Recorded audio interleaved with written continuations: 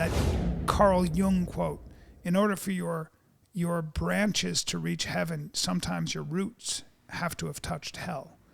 And what does that mean? If you're a therapist and you're talking to your patients, they're going to say things to you that are shocking to you. And they might even cause you to judge them and blind you. Why? Because you haven't gotten in touch with the part of yourself that is as dark as that.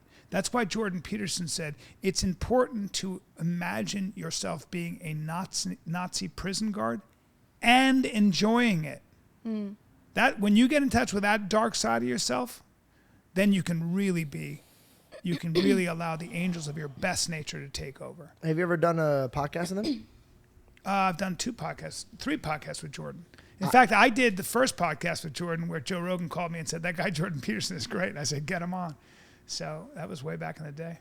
He's 3, maybe 2 podcasts. The way he talks about the Bible just excites me so much. Dude. He's a scholar. I would love to sit down with him. I don't know how to reach him. You'll get him.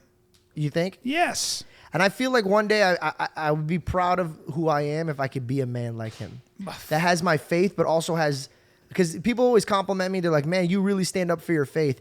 And I tell them, I go, my fear isn't standing up for my faith. My fear is standing up for my faith in the wrong way to lead people out of my faith. Yeah, he says things that blow my mind. And, he said, Lex Friedman said, are you sure that if you stare into the abyss, you won't become the abyss itself? And he said, I'm betting my life on it. And I love this. I don't know if you saw this clip that he was going through hell. And hell, his family, his wife and his daughter were very sick. And he had just come off this, addiction to this prescription medication. And he was a wreck. And he was just talking, man. You could see him just holding on by a thread. Just this man who'd taken on all the slings and arrows of the world. And he'd come out of it.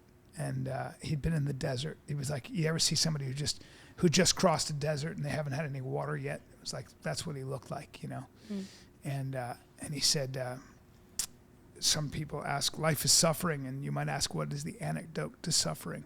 And some people would say comfort. He said, but I suppose that's what you act out when you're swaddling a baby. He said a better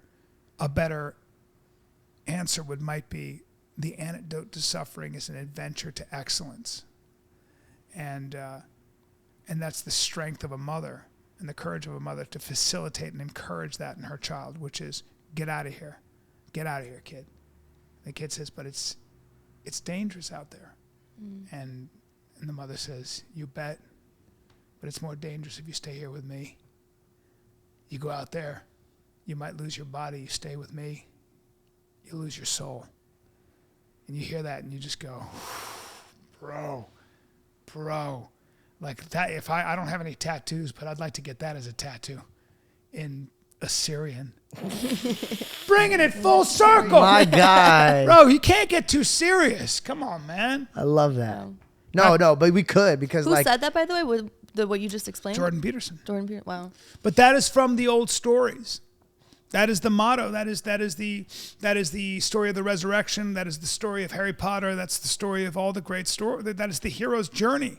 What does the hero do? Starts a boy, starts a girl, goes out and meets an adversary. Call it chaos, call it death, call it nature, whatever it is. Call it the ogre, call it the dragon. Meets an adversary that you don't have armor for, that you don't have weaponry for. Everything you train for is useless here, man. Your kung fu's no good here now. And somehow you find out a way to win.